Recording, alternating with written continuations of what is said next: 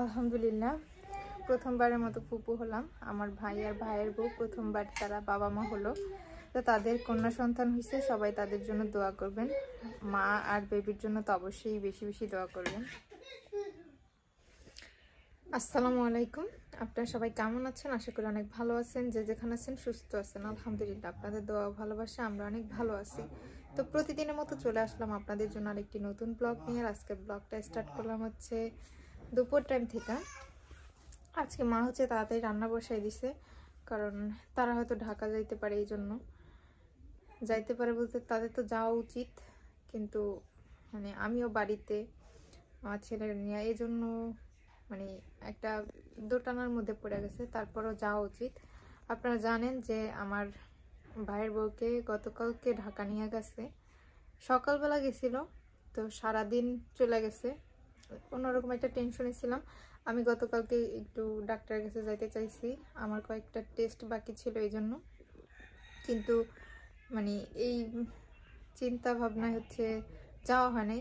সে বিকাল থেকে শুনছি ভাইয়ের কাছ থেকে যে মানে সিজার করাবে, তো এই জন্য ওয়েট করছি যে হয়ে যাক তারপর যাই। এরকম করতে করতে দেখা যায় অনেক টাইম চলে গেছে, তারপর যাওয়াই হয় নাই।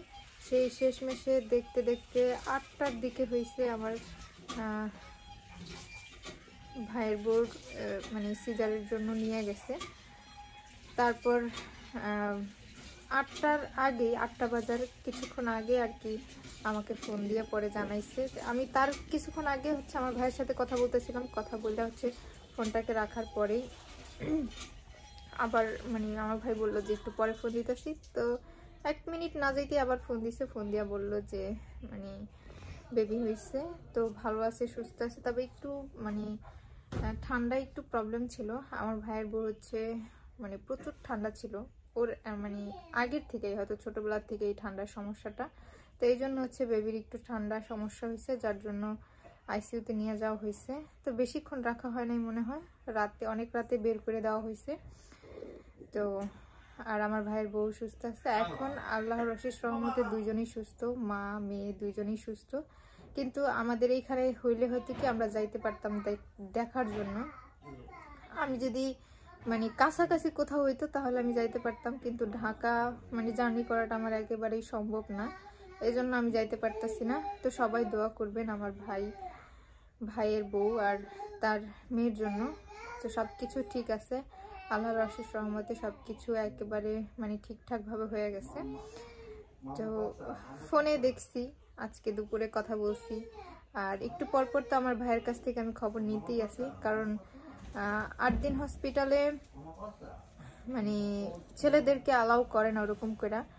দেখা যায় কি যে মানে মহিলারা ভিতরে থাকে, বাট ছেলেরা ভিতরে যাইতে পারে না। এজন্য হচ্ছে মানে ফোন দিলে মানে আয়েশার সাথে আমরা কথা বলতে পারতেছি না, কারণ ও তো ভিতরে আর আমরা হচ্ছে বাইরে।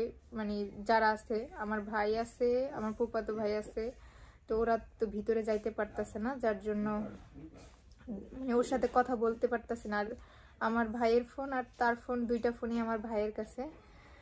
তো মানে বাইরে বের কইরা মানে বাবুরের বাইরে বের করে আইনা তারপর হচ্ছে আমাদের সাথে কথা বলাইলো, মানে দেখাইলো ভিডিও কলে।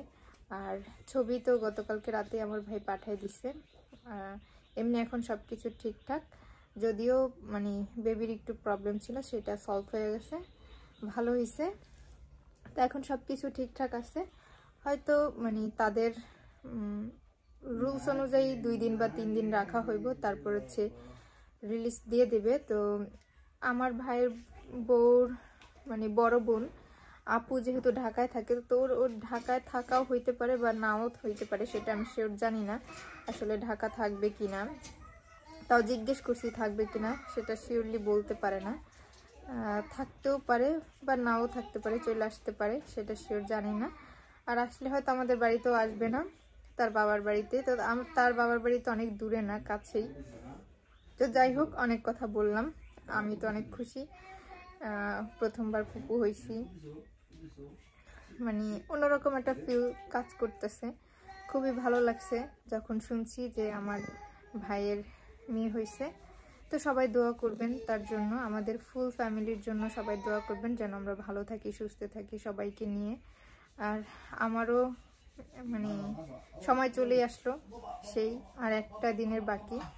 তো সবাই আমার জন্য দোয়া করবেন যেন সব কিছু ঠিকঠাক হয়।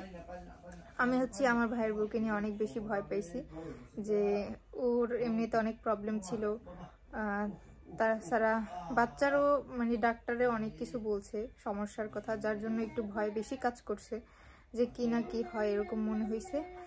তো মানে এত কিছুর পরে, আর আমি তো সবসময় সাজেস্ট করছি মানে ঢাকায় নিয়ে যাওয়ার জন্য। তো ঢাকায় নিয়ে গেছে, আমাদের এইখানে কথা বলার পরেও ঢাকায় নিয়ে গেছে, ওইখানে সব কিছু ঠিকঠাকভাবে হয়েছে, এতেই অনেক বেশি। আর সবচেয়ে বড় কথা হচ্ছে বাচ্চা আর মা দুইজনই সুস্থ আছে, এতে আরও বেশি ভালো লাগতেছে। তো সবাই দোয়া করবেন। আর ওদের ভিডিওতে তো আপনারা দেখেনি। আর আমার মা আর বাবা যাবে আজকে, আমার তো যাওয়া সম্ভব না, আসলে একেবারেই সম্ভব না আমি অত দূর যাই আইসা। তবে আমার বাবা আর মা আজকে যাবে, তারা দেখে আইসা পড়বো, কারণ আমার যেহেতু আবার একটা দিন পরেই মানে তারিখটা চলে আসছে সেই দিনটা। তো আমি ভাবছি যে আমারই আগে করানো হবে, আমার ভাইয়ের বোর্ডটা একটু লেট হবে, কিন্তু মানে ঝামেলাবশত তারই আগে করাইতে হয়েছে, কিছু করার নাই। তা অনেক কথা বললাম, যদি আমার কথায় কাজে ভুল ত্রুটি হয় অবশ্যই ক্ষমা দৃষ্টিতে দেখবেন। আজ এই পর্যন্ত, সবাই ভালো থাকবেন, সুস্থ থাকবেন, ভিডিওর সাথেই থাকবেন। যতটুকু পারছি আজকে মায়ের সাথে টুকটাক কাজে হেল্প করছি, সেটাতে আপনাদের দেখানোর চেষ্টা করব যে কি কি করলাম। তো সাথে থাকুন, ভিডিও দেখতে থাকুন। আজকে হচ্ছে মুরগির মাংস রান্না করবো লাউ দিয়ে। তো দারচিনি, এলাচ আর হচ্ছে লং দিয়ে দিচ্ছি। এখন হচ্ছে পেঁয়াজ কুচি আর মরিচ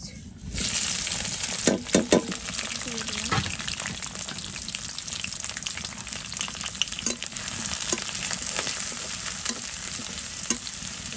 ভালো করে ভাইজে নিব।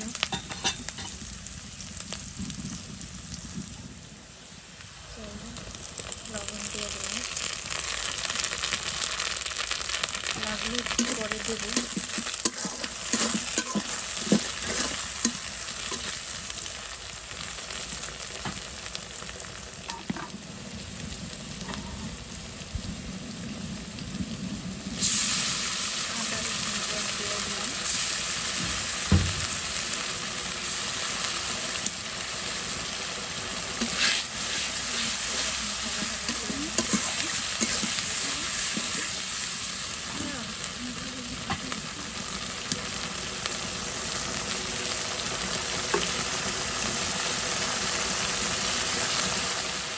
পানি দিয়ে দিচ্ছি মশলাটা ভাজার পরে। এখন একটু হলুদ আর মরিচ দিয়ে দিব। তো হলুদ গুঁড়ো দিয়ে দিলাম,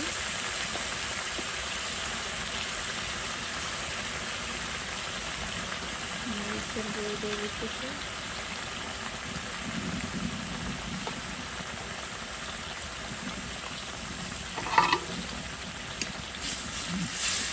এখন এটাকে ভালো করে একটু কষাই নেব।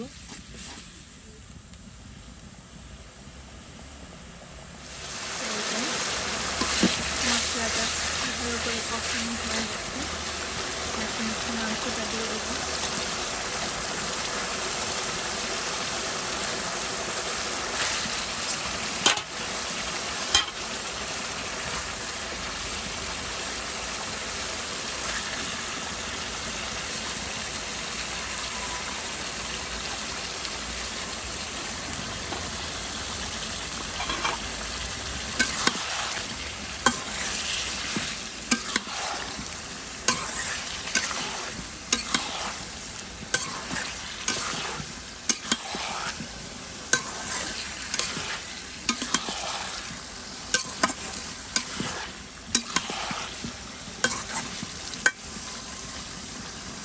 একটু কষাই নেব।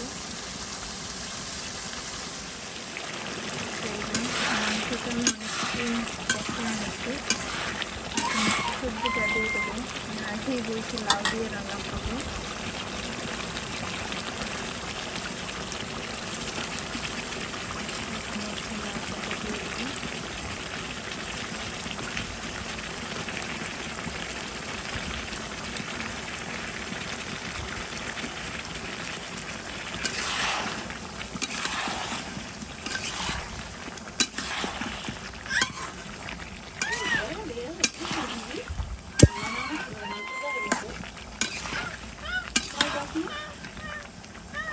দিব না। তো এই যে আমার কিন্তু তরকারিটা প্রায় হয়ে আসছে। এটাতে কোনো পানি অ্যাড করা হয়নি, আসলে লাউটার কারণে হচ্ছে পানিটা হয়ে গেছে, কোনো প্রকার পানি দিইনি আমি, লাউটার জন্য হচ্ছে এরকম পানি হয়ে গেছে। তার একটু ঝোলটা কমাইয়া নামাই নেব। তো তার আগে একটু জিরার গুঁড়ো দিয়ে দিব। জিরার গুঁড়োটাও দিয়ে দিচ্ছি। এখন একটু নাড়াচাড়া দিয়ে দিই যাতে জিরার গুঁড়োটা পুরো তরকারিতে মিশে যায়।